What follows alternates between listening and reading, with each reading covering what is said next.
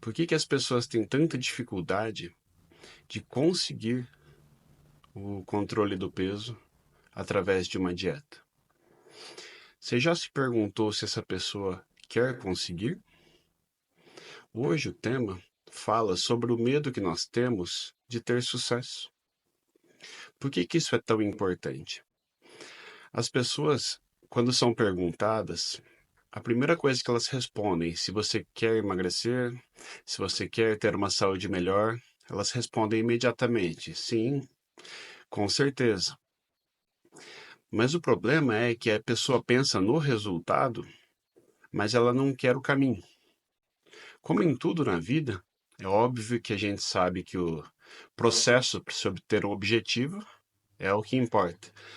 Mas a pessoa ela quer que esse processo seja diferente. O que significa isso?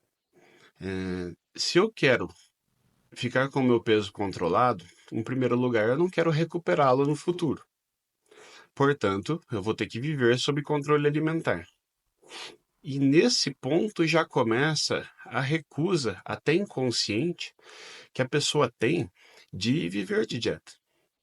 Ela não aceita logo no início, é até o que explica as dietas radicais. Ninguém aceita que vai passar a viver sempre tendo que prestar atenção no quanto está comendo, no que está comendo, em que horário que são suas refeições. Então ninguém gosta desse controle.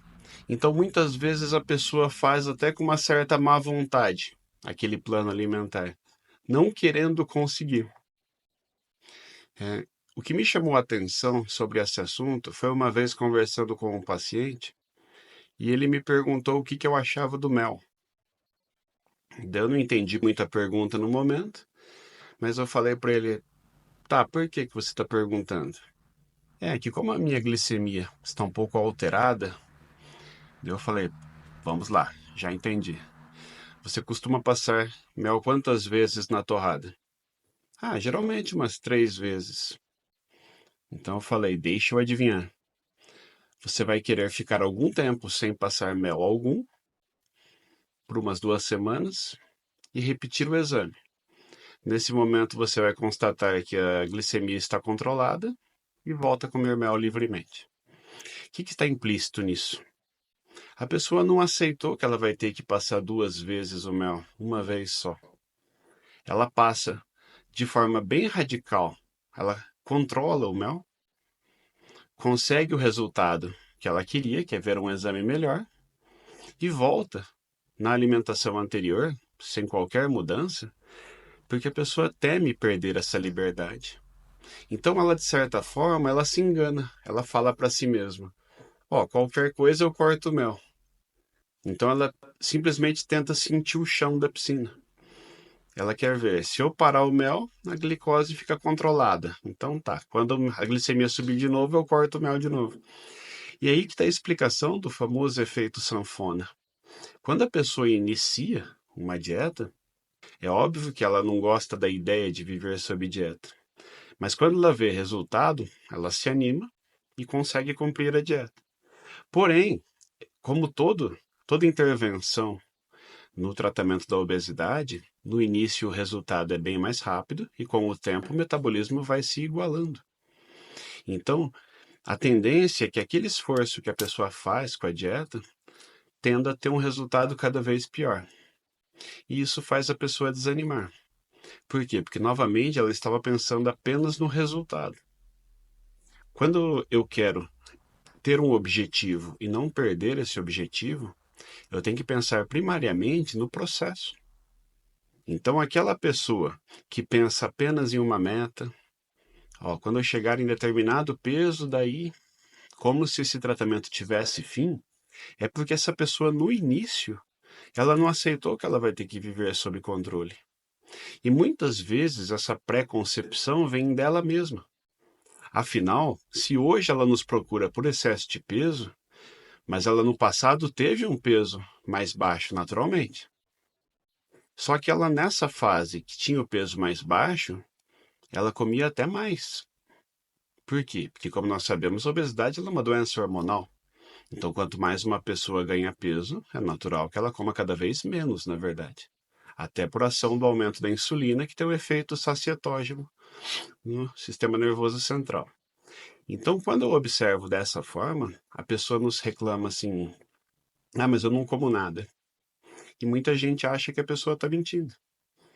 E na verdade, não. O que acontece é que, quando ela tinha um peso menor, ela gostaria de voltar naquele peso menor, mas ela também gostaria de voltar comendo da forma que ela comia. Livremente, como no passado, sem controlar a quantidade, sem controlar o que ela come. Então, o meu papel, basicamente, é de orientar as pessoas que é possível chegar naquele peso do passado, com certeza, mas não comendo da mesma forma que comia no passado. Então eu vejo alguém que nunca teve obesidade na vida, comendo muito mais que eu penso assim: eu gostaria de ser magro assim e comendo assim. E aí que entra o grande medo do sucesso, que é o tema desse vídeo de hoje. Se a pessoa não aceita logo no início que esse é o único caminho para controlar o peso, ela acaba fazendo o planejamento não querendo conseguir. E aí ela faz um plano que seja bem sofrido. E a gente pensa: ah, isso é por imediatismo. Não é? É porque a pessoa quer acabar logo esse plano. Ela quer voltar à liberdade logo. Na verdade, ela que não aceitou viver sob dieta. E a gente tem aquela ideia de que a pessoa ela está pensando de forma imediatista, de forma equivocada. Não, no fundo, o que acontece é que essa liberdade a que a pessoa vai ter que abrir mão é muito dolorosa. Então, os regimes, aqueles radicais, eles estão embasados nisso, na ideia de que eu vou voltar a ser livre como quando eu tinha o peso que eu quero. Então, o primeiro passo para os pacientes é sempre orientá-los o seguinte: aquele peso do passado é possível, só que agora só comendo de forma estratégica, só comendo de forma planejada e principalmente de uma forma realista. Porque se eu me associo a um esquema dietético onde eu não vou conseguir manter por muito tempo, não há sentido nem eu iniciar esse plano, certo? E então eu quero sempre enfatizar isso para as pessoas, que é muito comum eu receber aqui as pessoas falando: ó, eu vou cortar a janta para emagrecer. E geralmente eu respondo: tá, mas é para sempre, tudo bem? E aí a pessoa: para sempre não. Então eu falo: então é melhor fazer de outra forma, porque qualquer estratégia, uma vez abandonada, como em toda doença, os sintomas todos voltam. No caso da obesidade, o retorno ao peso máximo. Então eu gosto sempre de falar sobre esse assunto, porque eu percebo bastante na forma como a gente entende o controle da obesidade. Ela se baseia no controle de calorias, no respeito às escolhas dos pacientes. Mas a pessoa começa a procurar por alguns detalhes. Por exemplo: eu não tenho como pesar a alimentação e aqui consta como uma porção de 100 gramas, mas eu tinha, na verdade, 108 gramas. Então são alguns detalhes que embutem o quê? Aquela recusa em ter sucesso. Se eu conseguir ter sucesso, significa que eu vou ter que viver assim. Hoje eu vejo que muitas pessoas querem tentar, começam o tratamento, mas quando elas percebem que são capazes, elas até gostam de ver o peso reduzindo, mas quando elas veem que isso significa viver sob controle alimentar, elas mesmas se sabotam, justamente porque elas não querem aceitar essa realidade. Puxa, será que eu sou capaz mesmo? Então, se eu sou capaz, quer dizer que eu não tenho saída. Isso é o que explica, muitas vezes, a inveja das pessoas próximas. Quando a gente perde peso e todo mundo começa a perceber, a primeira pergunta é: o que você está fazendo? Ou o que você está tomando? E você pensa que a pessoa está interessada e, na verdade, não. Essa pessoa ela está chateada de ver que é possível. Ela vê alguém próximo tendo sucesso, ela se pergunta: por que eu não estou tendo sucesso? Então, até essa inveja que as pessoas têm de ver o sucesso no emagrecimento alheio mostra o quê? Se essa pessoa conseguiu, eu deveria conseguir também. Só que quando ela vê que consegue também, ela começa a ter medo de ter que aceitar que a vida agora vai ser sob controle, certo?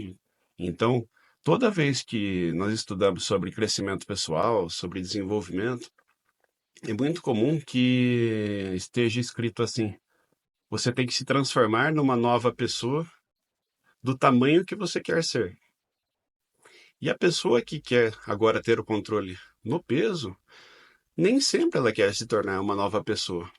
Por quê? Porque ela não quer abrir mão da liberdade dela e isso é natural de se entender.